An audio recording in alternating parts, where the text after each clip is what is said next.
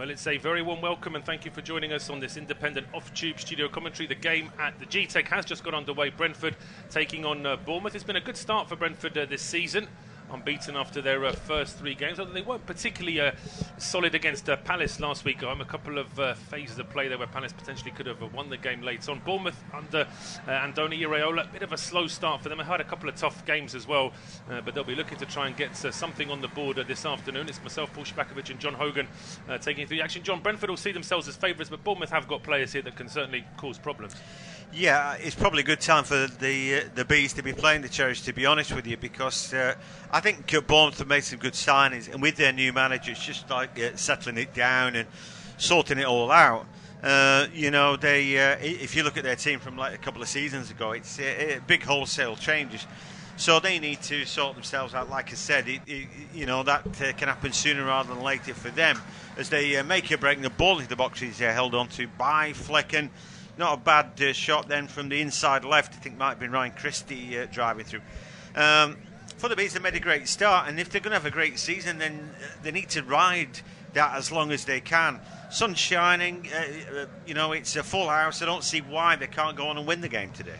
Certainly be looking to try and get forward here early on. Ben Mee, again, making his first start of the season, just on the ball there at the edge of the Brentford penalty. Just to remind you, it is Flekken in goal for Brentford, a back four of Hickey, Pinnock, Mee and Henry. It's Jensen, Norgard and Yano as the 3 in midfield, with Mbeumo, Wissa and Schade as the attacking 3 for Bournemouth. It is Neto in goal with a back 4 of Aaron, Sabani, Senesi and Kirkes. It's Christie and Cook as the 2 holder midfielders, with Semenyo, Billing and Kluivert as the 3 playing behind Solanke. Ball played back to Flekken. He was being closed down there by Solanke, but it's cleared up towards the halfway line. Nodded on there by Mbeumo, but Wissa was quite close enough to him to pick that one up, and then it's quickly played back by Kirkes towards the edge of his own penalty area, where it's a long clearance then from Neto over the head of Semenyo. Brentford now trying to get some possession here inside the Bournemouth half. It's out for a throw, taken quickly by Henry. Schade trying to go through the gears. He skips past his man, but there was a bit of contact there on Max Aarons, and that was enough for our referee Bobby Madley to say that's a free kick to Bournemouth. Yeah, he kind of bundled through the back of him, and you're not really allowed to do that, are you?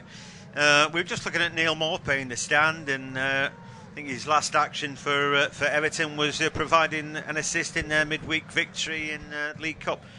But he'd had a torrid time, and it was sort of a target for the Everton fans. So I think it's a good time for him to move, and I think there's still a lot to come from him. He must be down on sort of confidence and all that. But you change your team. You've gone somewhere where he's been successful. It might end up being a really good move for him. He'll certainly be hoping that being around sort of a manager that he knows, coaches that he knows, and certainly quite a few players that he would have remembered playing with is going to help him.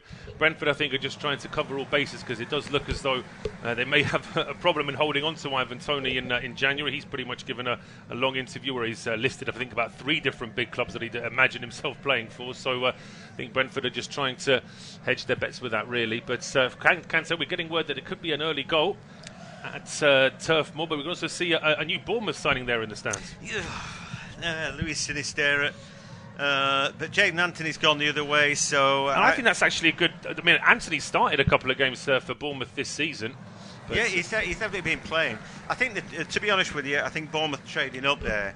You've got a guy, the Colombian, who I think could end up being a good player in the Premier League, and he can score goals with both his right and his left leg. Actually, that is, that's pretty good. You'd want him. But Jaden Anthony's a good player, and he helped get Bournemouth up in the Championship, so that's probably just what Leeds want as well. Absolutely. So we have an early goal at Turf Moor. Burnley have taken the lead against Spurs. We'll just confirm the goal scorer in a moment. Meanwhile, Brentford have won themselves a free kick. It's a long way out. It's actually closer to the halfway line than it is to the penalty area, but it's going to be a long diagonal ball from Mbeumo. It does reach the edge of the area. It's Ben Mee then hoisting one into the box. It was aimed at Ethan Pinnock, headed away back towards the edge of the area, but Brentford still trying to recycle that. It's Rico Henry back towards Ben Mee here on the right hand side, trying to just keep Kirkes away from the ball. Both players trying to appeal that throw on, and it has gone out for a throw to Bournemouth. I like Kirkes there. Just he pats the assistant referee on the back there. Well, that's a good decision, mate. A little patronising from the 19-year-old. I saw him last season playing for AZ, and I thought, yeah, he's a good player. I'm not surprised somebody's taking the chance, but like I said, he is a very young man, and he can get caught out of position. We might get caught out of position there. It was a ball over the top trying to pick out Mbeumo, but Kerkez did get himself into the right position, heads it out for a throw, which Brentford have taken quickly. It's now back with Aaron Hickey. Well, I found out who scored for Burnley. I'm still none the wiser. Who's Lyle Foster? Don't know. He's the answer from me. Absolutely, Lyle Foster is somebody, if you've seen the Burnley documentary, he gets mentioned towards the end of that as... well, now I'll tell you what, I will just come back to play here, because the ball was hoisted into the Bournemouth penalty area. It was angled all the way to the edge of the box. Goalkeeper Neto has followed that one. He's then collided with the Brentford man. Neto's saying that he's been caught in the leg. Now it's that sort of ironic smile of, I can't believe you've given that against me, ref. But to me, he loses the ball here, and then he does clatter into Schade, and he's lucky that it's outside the box. Yeah, just outside the box. I think Schade's clever there. You know, he just nicks it away from him, and then the next thing, because he thinks he's clearing his lines, he ends up booting Schade, the Brazilian, and it's just about a free kick. Well done, Robert Madley, for spotting that. So a good chance here now for Brentford. If anything, it might almost be too close to the box for Brentford here. It's right-footed Jensen and left-footed Mbeumo standing over this one. There's a whole line of Bournemouth and Brentford players waiting at the edge of the 6-yard box. Just a case of putting the ball in that perhaps the Bournemouth defence won't be expecting. But it looks as though it is going to be Mbeumo, perhaps with a flat-out swinger.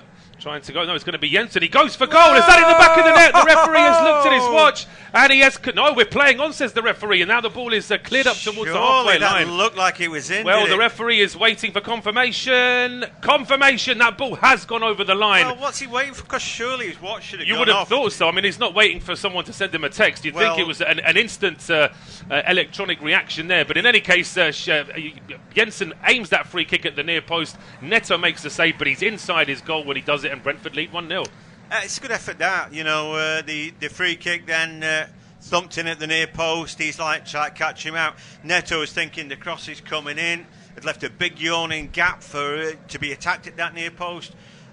To me, visibly, to my eye, it looked like the ball was behind the line. Absolutely, yeah. Didn't have to wait for the referee. And then you're like thinking, well, is it a goal or not? Was his watch working? I think technically he might have a problem with it, but let's take a look. Well, we're going to have a look at I mean, that's clearly over the line. I mean, it's, as I say, half of Neto's body and the entire ball are clearly over the line but before he makes the save. I mean, I know the Bournemouth bench were unhappy there, but that's just because it's taken so long. But players and managers get frustrated when decisions aren't made instantly because it seems as though the referee's trying to work something out. But there's absolutely no doubt about that. That one definitely crosses the line. Neto was stood in the middle of his goal. I think he completely discounted the fact that it could be a shot at the near post, and that's exactly what Jensen's done. What a hit. What a hit. I mean, it's superb, that. You know, you think, all right, it takes a lot of swag to go near post like that when everybody's lining up. Come on, mate, we want a cross. You know, we've got some big guys to aim at, like Ben Mee, Pinnock in there, waiting for a ball to come, and then it takes a lot of swag just to ignore all that. It does. And say, right, okay, there's a big gap. I've got enough pace on it, I've got enough angle, and I'm going to go for it. Well, you're absolutely right, because not only, as I say, if he gets it wrong and hits the side netting or skies it over, then all those big players are going to turn to him and say, well, what was that? I'm waiting for a cross. So, it's a fair play to Mathias Jensen, and as I say, I wonder if perhaps the goal line technology wasn't working, and it might have actually been VAR that told the ref a few seconds later it has actually crossed the line. Well, clearly, what's the point of having his magic watch if it doesn't work? But then I often think, well, how did they test that before kickoff? You don't see him putting the ball across the line and working out if his watch is working. So I don't know. A case in point in it, clearly his watch is not working. Well, the classic one was that game in lockdown between, was it Villa and Sheffield United, where the Villa keeper fell into the net holding the ball. Everyone could see it across the line, but because the watch never said anything, the goal didn't stand. But that was always a sort of benchmark for the most ridiculous bit of goal line technology not working. But Bournemouth, in the meantime, have tried to get forward, but the ball is now back on the halfway line. It's going to be a free kick to Brentford. Certainly from Bournemouth's point of view, it's not good they've conceded inside the first 10 minutes. But they'll have to try and get a hold of the ball here, because Jensen plays an early ball down the left-hand side. It's overhit, though. No chance for Kevin Schade to get on the end of that. What we were saying about Lyle Foster, he's a player that Vincent Kompany certainly wanted to sign towards the end of last season. and knows him from his time in the Belgian league as well. And the point I was going to make before Brentford got their free kick and then scored was that in that Burnley documentary, which I do highly recommend, I think there's a couple of very interesting pieces in there, but what Vincent Kompany said was that he believes that Foster was bought at the right time for Burnley, being a championship player, and he predicts that he's going to be a goal scorer in the Premier League at a very good rate as well. But here come Brentford now charging forward. It's Janelt with the effort from just outside the box. Big deflection after a challenge there from Zabani, and that one ends up in the arms of the goalkeeper Neto. Yeah, I think we've had a 50-50 start, but it's just a freebie, that goal, isn't it? You know, you don't have to play necessarily well. You've got to give great credit to Schade for winning the free kick in the first place, just spotting that he could nick the ball slightly away from Neto, who again booted it, and then credit to the referee anyway, because like we said, I think it's quite a difficult thing to spot, that very subtle, that free kick, but I think he was right. And then the next thing, Jensen just watching Neto just overcommit to the ball that's going to come in the middle, and it seemed to get top spin on it. There was curve into the near post, and it obviously hit it hard. But it's still just like a present, isn't it? And I think it's taken the wind a little bit out of Bournemouth's sails. As a little bit, jab just gone a little bit flat as Brentford now with Mbeumo down the right-hand side, back in towards Hickey. Held up on the halfway line here. Bournemouth still trying to get some possession here back inside their own half. That was a bit of a loose pass down the right-hand side. Out for a throw. Goalless in all the other games apart from Burnley leading against Spurs and Brentford here leading against Bournemouth. It's 0-0 between Chelsea and Forest and between Manchester City and Fulham as well. And in the Championship, in the Premier League, I should say, the early kickoff it finished Sheffield United 2, Everton 2, and 3 early kickoffs in the Championship. Birmingham City 1, Millwall 1, Sunderland 5, Southampton 0, and Swansea City 1, Bristol City 2 are the earlier scores in the Championship. Bournemouth now in possession on the halfway line. Solanke trying to keep that in play. Don't think he's managed it though. It is out for a throw to Brentford. And as I say, it's a bit of a tough start for Bournemouth. Starting the season with a 1-1 draw at home to West Ham, which actually looks like a good result now considering how well West Ham have started the season. Then defeats away to Liverpool and at home to Spurs. So it's not necessarily a very good indicator. They did also beat Swansea away in the League Cup in midweek. But quite a few comments during the close season, John, about perhaps some people suggesting that maybe Gary O'Neill was treated quite harshly for losing his job in the first place. Yeah, I think it's a difficult one, isn't it? Because I thought he got a real tune out of them. For me, they could easily have gone down with a different manager who didn't stick to his principles or didn't believe. Lest we forget, he didn't start the season there either. So, he takes a group of players and moulds them into something. They were regularly getting leads, weren't they, on teams, and then it dissipating, and that could suck all the energy out of the team, and he kept it going. But I think sometimes you say, you're going to trade up. And Iraola was the manager that Leeds were looking at, didn't get. He's got that sort of blueprint of success, if you like, or that extra something. Having played under Bielsa, he knows how to get a tune out of a moderate bunch. So, I thought in the end it was good business. But, and Gary O'Neill's moved on as he would because he's a good manager. Absolutely. He's now sort of getting himself a reputation as being a manager that can sort of piece together a squad that's a bit disjointed, which is a very diplomatic way of saying what Wolves' squad is like at the moment after wholesale changes and not too many incomings. But Brentford, in the meantime, have got forward and won themselves a throw down the left-hand side. It's level with the penalty area, and it's the goal scorer, Mathias Jensen. He's the long throw specialist for Brentford as well, sending that one towards the edge of the 6-yard box. It was aimed at Pinnock, but it's headed away by Billing. Brentford still have possession here with Rico Henry. No option to cross. Plays it square to Aaron Hickey. He tries a curling ball towards the far side there, to the right-hand side as Brentford look, but the Scotland international has overplayed that by quite some way. Yeah, two fullbacks combining there, but then that lob wedge didn't quite work out. But undoubtedly, Brentford have taken their freebie goal, if you like, and decided that that will give them a boost. It's a good start. The fans are behind them. Lovely, pretty much sunny afternoon. Pitch looks perfect, and why can't they go on and win the game? Like I said, I think this game comes maybe a little bit too early in Bournemouth season for us to be seeing them at their best, if you like. And like we said, they bought one or two players. Got Sinisterra in. I think he will be starting in this team if they can keep him fit. He's got goals in both feet, but at the moment they're still sort of looking a little bit light, I think, up top. Justin Cliver, for me, is a player who's probably not good enough to play the Premier League. There's nothing that I've seen about him that I think strikes me as he's anywhere near as good as his dad. And they're different. I mean, he's a winger rather than a forward like his dad. But I see what I mean.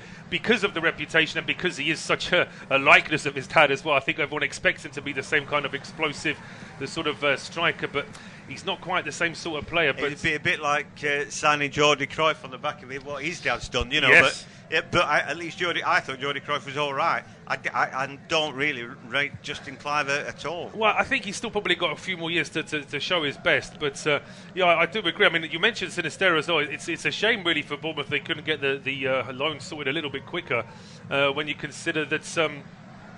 He had such a good game against Brentford here at the Gtech last season for Leeds. He got a goal. I think he should have won a penalty for his side as well in a very controversial moment there where in the end, which saw Jesse March getting...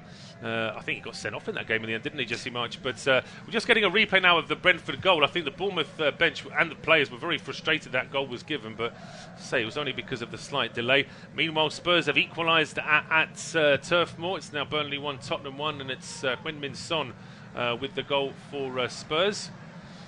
So now we're just getting shots of that linesman that potentially could have seen with his own eyes that ball had crossed the line. But I think it's inevitable that because VAR is helping the officials so much, they perhaps aren't using their own initiative as much now. No, why play a guessing game when you've got technology, you know? And it's quite right, but you hope that technology works. And clearly, Madley's watch wasn't working; it should have gone off. And we should have been left pretty clear about that. When we look at the pictures of it, it's not even borderline. The ball was behind the line by quite some distance, though, and that in itself, I suppose, a bit frustrating. But they got it right in the end, and that's the main thing. Absolutely. 17 minutes on the clock. Unofficial independent off-tube studio commentary. Brentford 1, Bournemouth 0. And it's Brentford just getting caught up in possession inside their own half. Hickey very nearly losing that ball to the chasing Phil Billing. It's now played back to Mark Flekken. On clearance from the Bees keeper up towards the halfway line. Boomo hits the deck. I don't think there's any suggestion he was fouled, but the loose ball is in midfield here. Norgard finding Wisser, and suddenly there's a bit of space here for Brentford down the right-hand side. It's Mbeumo. There's an overlap as well. Hickey trying to heel it back to Mbeumo.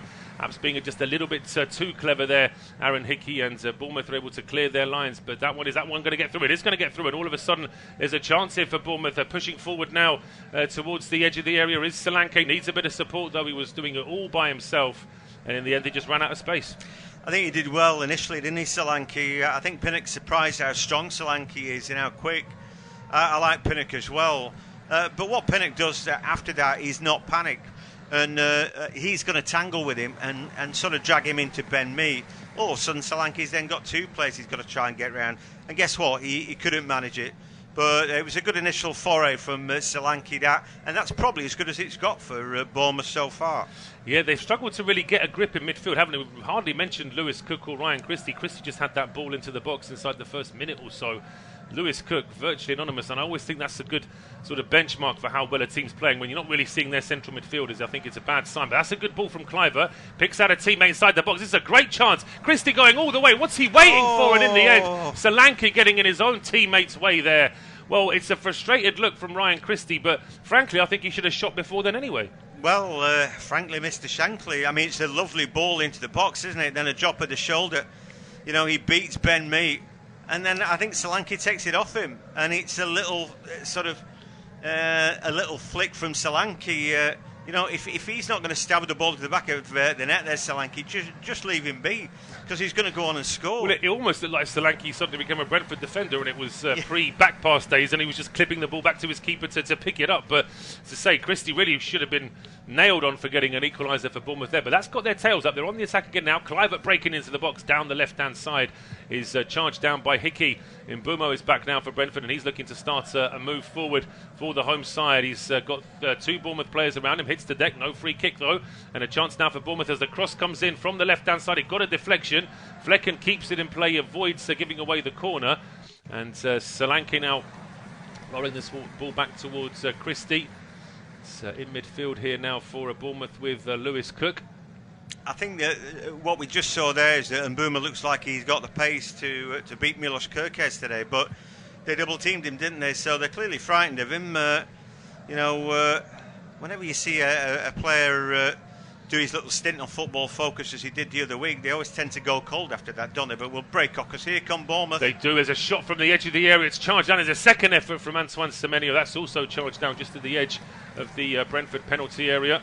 And then Vitaly Janelt caught up in a bit of a cul-de-sac there, and it's Justin Kluivert trying to win the ball back for Bournemouth, but in doing so, he's clattered into Aaron Hickey. Thumb up there from Kluivert as the referee gives him a bit of a telling off. Yeah, they're having a bit of a spell of pressure now at the Bournemouth. Their best 5 minutes of the game. I think the wind taken out of their sails by that early goal, but they're looking strong now, creating bits and pieces. It's taken a long time for Solanke to properly look like he belongs in the Premier League, but I think they've got a decent player on their hands. They need to get a bit more support around him. Semenyo needs to show up, and I haven't seen anything of Phil Billing today. He could do with stepping up as well, not just at set piece time. But anyway, it's a pretty good opening to the game, and Brentford, they'll have that goal advantage. They have the goal advantage, but I think the last few minutes were important for Bournemouth's point of view, just to give them a bit of encouragement that if they do just commit a couple of extra players forward, they can actually find some space and get some joy inside the Brentford half. But now a ball over the top for Schade to chase. Schade has the pace. He gets through the goalkeeper. Oh, it's off the post. And there's a second effort perhaps. No, it's cleared away for a corner. But Kevin Schade is known for being quick. Brentford have always used Rico Henry as their benchmark for their quickest player. Schade joined in January and apparently straight away was beating Rico Henry in a sprint, and there we can see goes over the top. I'm not quite sure what Neto's doing because he's coming out to close the angle, then he changes his mind, but it works out for him in the end because the shot hits the post and goes out for a corner eventually. Yeah, I think you've got to let the defenders... He makes a save as well. You've got to let defenders defend, but like you say, he got a hand on that and deflected the ball onto the woodwork, so... You'd have to give the Brazilian a little bit of credit. I'd take back what I said, absolutely. Initially, I thought he looked a little bit... I still think it was a bit uncertain as to whether he wanted to come out or not. I think you let the defender defend that, and then you're in your nets for it. Well, corner kick taken quickly, cleared towards the edge of the area, but it's going to be Rico Henry now just to hold it up for Brentford. Looking to find Hickey. Hickey then finding Mbeumo, who tries to chip the ball over the top. I don't know if he was trying to spot the keeper off his line there. But it's a good point that John made there in terms of if he's got a defender there who still potentially can put a challenge in and clear it, don't be rushing out to the edge of your box unnecessarily. Okay, a lot of the time what happens there is that the only thing that the striker can do is just choke poke the ball into the middle of the net. If you keep us off his line, sometimes it just rolls in, because he's come out, breakneck and just gets in the way. So I always think there, you just let the defender get on with it and keep out the way. But actually he did something else, didn't he? He came out, and if you're going to come out, make sure you make a save, and that's exactly what he did. Yeah, atoning for that error earlier in the game where he gave away a rather unnecessary free kick and then didn't really get himself into position for that subsequent free kick, which Brentford scored from. Is now a long ball, one for Schade to chase, but Kerkez switching from left to right on this occasion to help out in defence, and then wins his side a throw as well as he was trying to clear the ball forward. Well, it's 23 minutes gone. It is Brentford 1, Bournemouth 0, and it will be John to take us through to half-time. Yeah, Max Sarans has got a lot of pace about him, hasn't he? And he can mix it with the best of them, and that's what they bought. He seemed to be on his way to Leeds United, didn't he? But anyway, I think it was a good move from Bournemouth, and a good move for him, because rather than play the Championship, I think he deserves to play in the Premier League. Neto's ball into the middle of the park is picked up by Semenyo, and then Billing has gone a little bit deep, but it's the Bees who have the ball back, but into the box now with Mbeumo is able to turn, and he gets across in. Neto comes across there, and again it was just at 6s and 7s, wasn't it? As some poor defending, really. I mean, to start off with, Bournemouth are in the line, and then one of the defenders breaks out their own back line there. I think it was Zibanejad, and all of a sudden they're all over the shop. And yeah, they just lacked a little bit of cohesion there as well, and it's a bit of a get out of jail free card for Bournemouth. That should have really been a corner to Brentford if it wasn't for the fact that Janelt went for that loose ball and then couldn't keep it in play. But important that Janelt there getting in the box, the German as well, and supporting attacks, which is it's a team game, and undoubtedly Brentford play like a team. Bournemouth have got bits and pieces today. We've seen that in a bit of a 5-minute spell. They've created what maybe should have been a goal when Christie dribbled through, Ball seemed to be taken off him by his own player, Solanke, but they're causing enough problems. Now they've sort of settled down. And in the middle of the park, maybe there was a foul there. Cook brought down by Schade, I don't know. But anyway, it is a free kick. Ben Mee just sorting his defence out there alongside Pinnock. I don't know who'd be calling the shots between those two. But anyway, Lewis Cook stands over the ball. And they're trying to deliver a good ball in between him and Ryan Christie. Probably going to be left-footed from the right-hand side, in swinging. And they've got obvious targets in Senesi and Zebanyi. As Cook it is, puts the ball in. It's a defensive header straight up in the air. The ball's not being cleared. And the next header is won by the Cherries. Now on the ball, Semenya has got it tight there and does fairly well to get it out of his feet, but he needed to find a colleague there. Semenya has it back again. He turns the ball too far. I think that ball has gone out for a corner kick. Anyway, Schade again using his pace to get goal side. Did the ball scrape off him? Don't think so. I think it might have come off a Bournemouth player last. They don't seem to be congregating for a corner kick after all that. But again, a little spell for Bournemouth there, a little bit of encouragement that they can try and get something out of this Brentford defence. Brentford haven't had the strongest defence in their time in the Premier League. There is always a mistake or a potential error there that can be taken advantage of. And certainly Bournemouth will be trying to do that. But so far, Brentford's still looking the better side, I would say. Yep, there's not much in it. Brentford 1, Bournemouth 0, but they've taken their chance, and the Cherries have failed in their bid to do the same. Zebanyi very athletic there, and Billing tries to keep it in. For my money, that ball had gone out. Semenya fights for it though, and then in the middle of a park, the fight continues. The Bees won't let any team settle, will they? And the Cherries just don't have it for that long. You've got to pass well, but Brentford sort of ever moving really. They press the ball hard, they press the opposition. There don't seem to be any great big gaps to play into. I can't make Brentford world beaters, but they are a good team. But here's Solanke now, driving in. He again cuts, tries to get the cross into the far post, chested comfortably by Ben Mee there. Really cool and calm, chesting it back to his goalkeeper. Yeah, I mean, he's trying to look cool now, but that was very risky from Ben Mee. That chest down, I mean, it wasn't far away from a Bournemouth player intercepting that.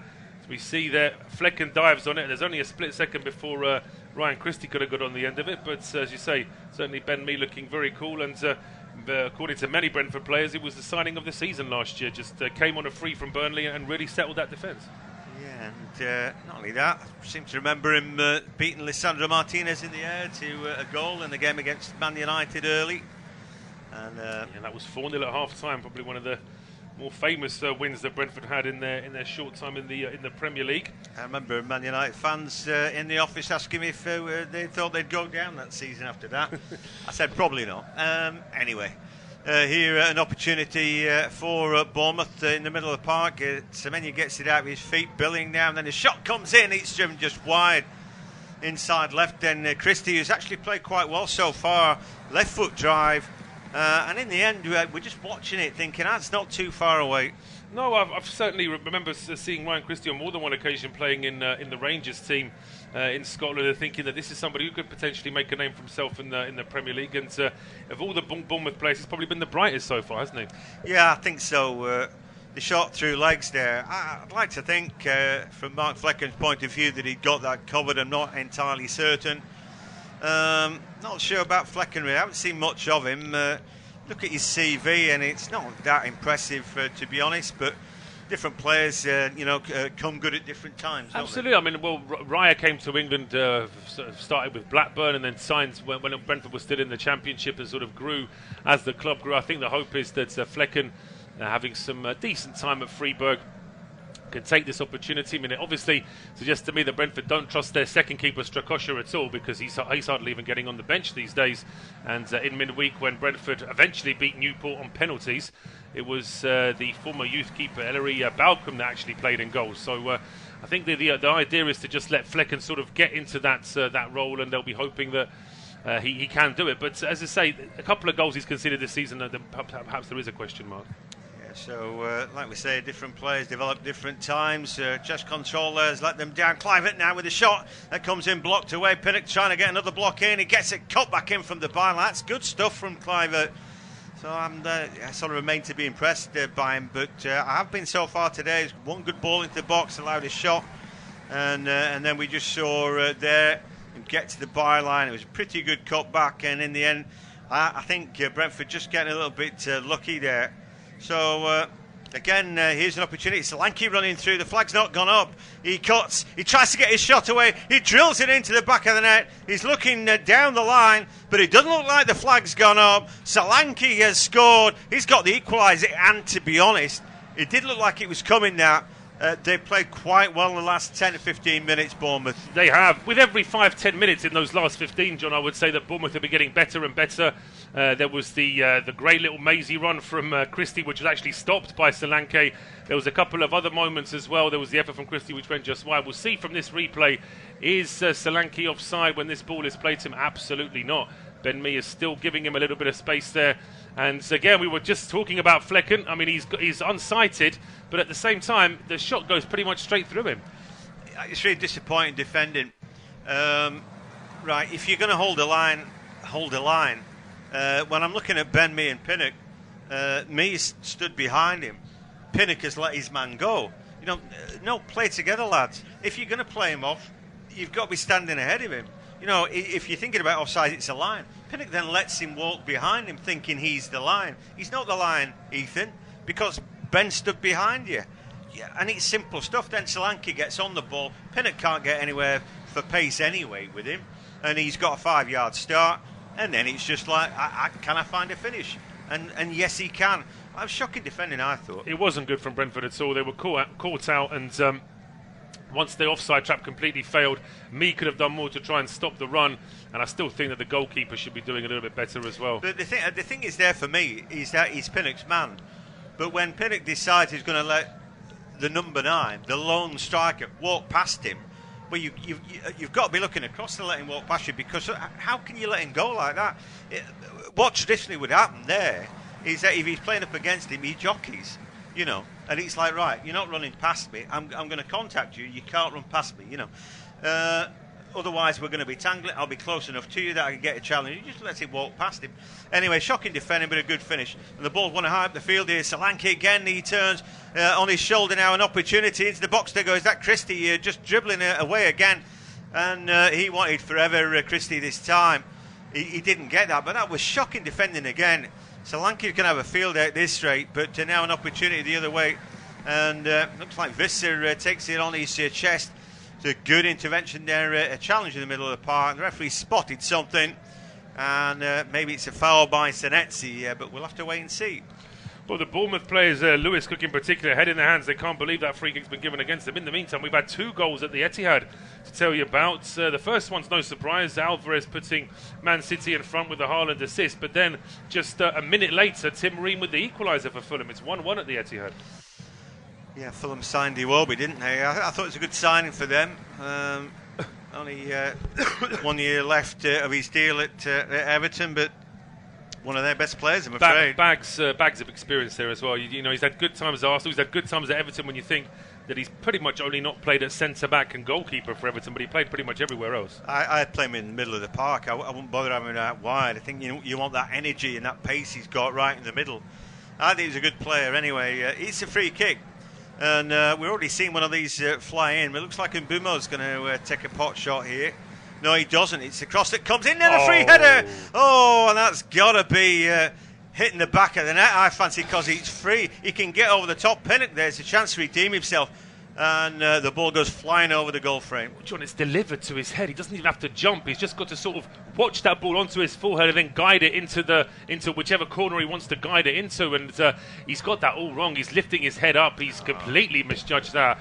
And as I say, there'd be junior football coaches with their heads in their hands if their kids were heading the ball like that. That's not good at all. Well, I hate saying he must score, but I had a feeling that it should have hit the back of the net, and undoubtedly he would be very disappointed.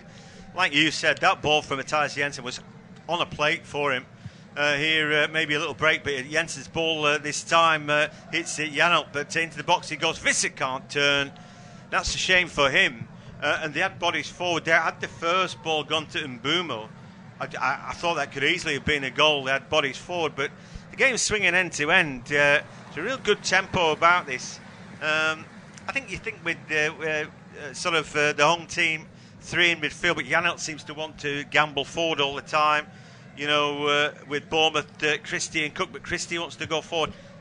It's kind of just going end to end, and there's not a lot of play in the middle of the park, and the game is much the better for that. Very excited.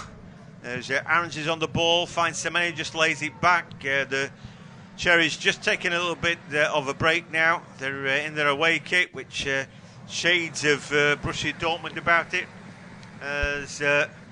Anyway, they I think good value for the 1-0 scoreline, but now it's the Bees just showing their teeth as now Rico Henry drives forward. First touch wasn't great, and that just allowed a challenge into him, and the ball is taken away from him. I think again that's Aarons using his pace as well. The ball pocket picked out the back now. Rico Henry and the ball out left hand side. Schade, he's overcooked that ball to the byline. I think that ball may just have rolled out. Yeah, just a little bit overhit. So, yeah, it's a bit of a recovery from Brentford now after that good spell from Bournemouth where they deservedly got an equaliser. But I think Thomas Frank will be disappointed with the way this half has gone. And we can see one of the Brentford technical coaches there, head in his hands, because it has been a frustrating half for Brentford. They scored a good goal, but you have to say that organisation-wise, I think probably Bournemouth have had spells where they've looked more organised going forward and keeping their shape than Brentford have, certainly in defence. Yeah, I mean, a lot of this game's about transition. If you haven't got anybody in midfield, it's then how do you scramble and how do you cope? You know, 2 men against the 1 striker should be enough, but as we've just seen, Pinnock just let his man go, and that's allowed Solanke in for the equaliser. Undoubtedly, you know, Bournemouth will put that the goal that the Bees scored down to a mistake from the goalkeeper, really, and there's not much you can do with that. Other than that, you know, the Bees have had a few chances, and might have created something else on another day, but I think 1-1 suits the game as it stands. 37 minutes on the clock now, and it's been a good watch, this ball back with Pinnock.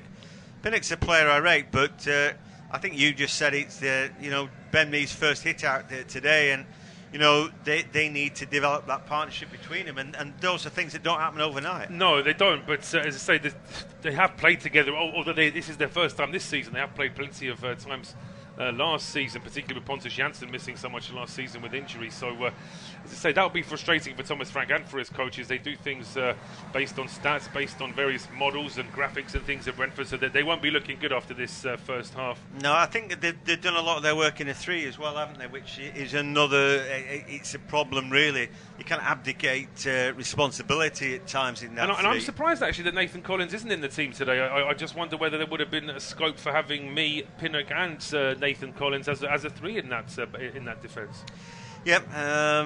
Often thought when they're in the Championship making their way up, oft times they were 3 up top, which was very attacking and exciting, you know, and seemed to work out well, didn't it, with Ben Rama and, you know, Tony and Mbeumo and all that, and it was, you know, always good to watch. Absolutely. Even before Tony, of course, there was the famous BMW, which was... it's me, I'm trying to remember them all now, but it was Watkins and Mbeumo and... And yeah, we'll get back to that in a second because here come Bournemouth now. Yeah, they do. Clivert down left-hand side. He runs down a bit of a blind alley. He comes back out with the ball and he gets it cross in. That's headed away by Pinnock, the near post. He didn't quite get underneath that enough. Yeah, it seems a long time ago now, doesn't it? Since Brentford actually, you know, got up through the Championship, and they've been able to cement their place in the top flight. That's right. It was Benrahma, Mbeumo and Watkins was BMW. And Watkins, yes. Yeah. We get there in the end. And the pace of Ollie Watkins as well. He taken a long time to bed in, but I think a new lease of life with Unai Emery, his coach at Villa, and they're getting the best out of him. Here come Brentford now. Ball to Janelt. On the left-hand side, a cross comes in. There's 2 in the box there. Won't go to either Visser or Mbeumo. And then there's a little slip just at the edge of the area. Chance for a strike. Shot comes in. Big deflection, but it straight to the hands of Neto. And in the end, Hickey's effort. I don't think the shot would have gone in. The deflection might just take it past the goalkeeper. Yeah, sometimes you see a deflection which actually makes it easier for the keeper. It takes all the movement off the ball and just turns it into a straight shot. And that's what happened on that occasion. Neto was able to cover. Here comes Semenyo now forward for Bournemouth. Yeah, and it's a good break forward there.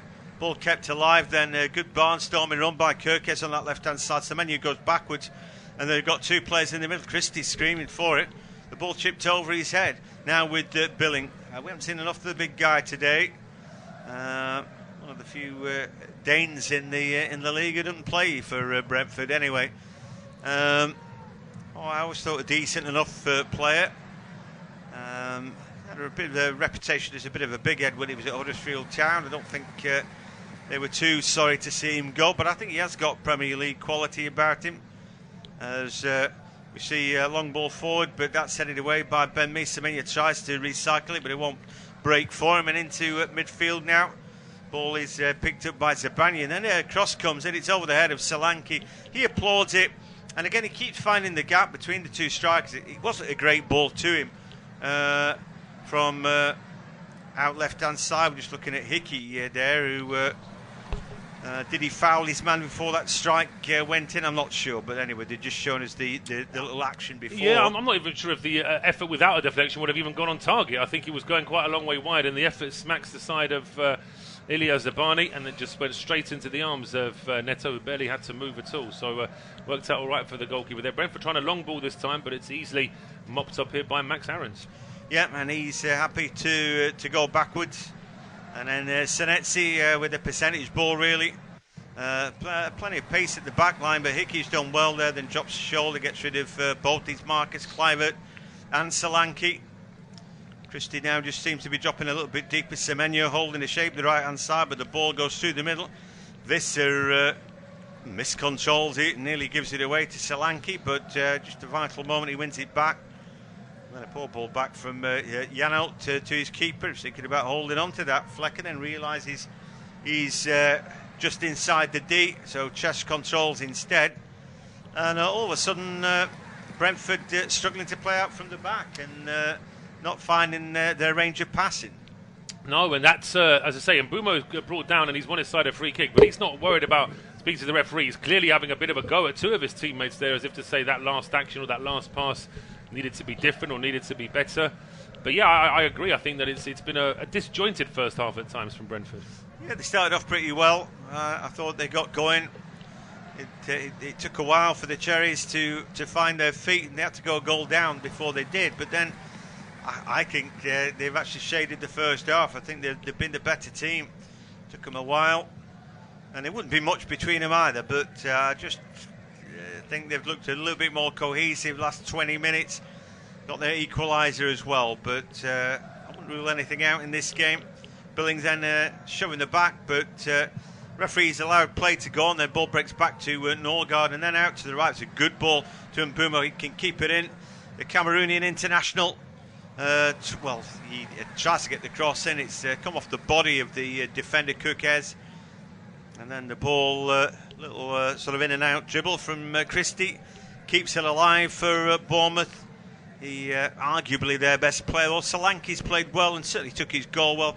Kukez again, percentage ball out, and Solanke, he's giving Ethan Pinnock a bit of a torrid time in this first half. Yeah, it's been a tough half for Pinnock with Solanke. As I say, he's a strong player, he's also a very quick player, and Mbumo now just showing us a replay of that last cross, which was charged down by Kukez. I think the fact we're seeing it 3 times, they're suggesting it could be a handball, but it's more shoulder, I would argue. Yeah, and I think sort of even if it was his arms inside his body kind of thing, he's not trying to handle it or stop the ball there, just ball straight onto him. Referee's spotted an infringement, and that will go Bournemouth's way. Sun shining then, but the Brentford fans will, I think, be a little bit ill at ease. A good start to the campaign, and on paper it would have looked an easier fixture, but you can take nothing for granted in this Premier League. And like I said, Bournemouth, I think just beginning to put a good team together, and they've got a good manager in here. They've got a ball round the back to Kluivert, puts the cross into the box behind everybody. Got to do better than that. Keeper comes out, then it's a terrible punch, and Semenya can't get enough on it. What on earth was Flekken doing that? He could have come and collected that. He's got all day to catch that. If he's got enough space to jump up, put an arm out and punch it well at that, he's got enough space to catch it as well. That was ridiculous, and he got very lucky that ball, although it didn't go very far, didn't end up being punished. But yeah, that's nerves from the goalkeeper there. I don't know what he was playing at. Schade there just laying the ball into what he thought was Rico Henry's path, but Henry had not made the run. But now Schade picks it up and he's driving through the middle, and he runs into the shoulder of Billing and loses the ball. Can't always just poke the ball ahead of you, even if you are quick like him, and expect that things are going to open up for you. And the door was slammed in his face there. Again, Billing on the ball, just nice and steady. He goes back. Zebani, a long ball over the top, but headed by Rico Henry to Ben Mee. And Ben Mee, once he's got it under control, is very comfortable. 3 minutes of added time put on the board as Mee now looks for his out ball. Schade jumps for it, but Aarons has done a good enough job. Ball back with Zebani.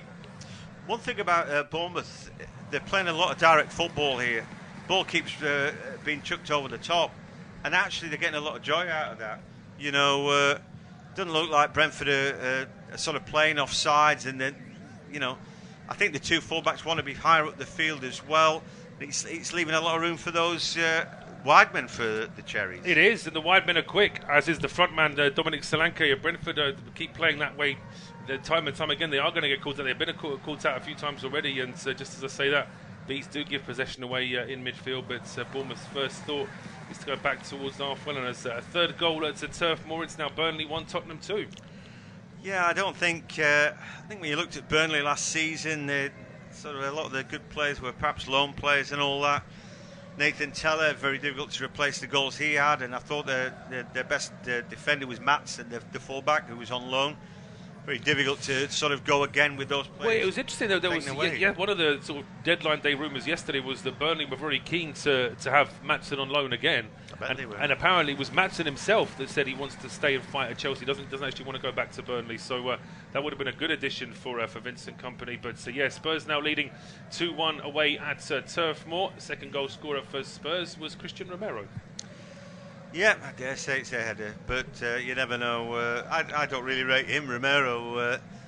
But anyway... It's interesting that 3 different managers have rated him. I don't think he's the most solid defender either, but yeah, whoever's been at Spurs gives him a chance, doesn't he? Well, I rate him more highly than Dyer, but then again, you used to have that stats with and without Dyer. They always seem to be better with him. But I think go all the way back to Mourinho. They didn't have a particularly good centre-back pairing, and they haven't had since their 2 Belgian boys, Alderweireld and Vertonghen, have they? Anyway, Kukes goes to help out his teammates there. Brentford 1, Bournemouth 1. Schade trying to break into the box. Visser just drops the shoulder there, but that's well read by Aarons. And when you've got that extra little bit of dart of pace, it's very easy to make a move on him and make it stick.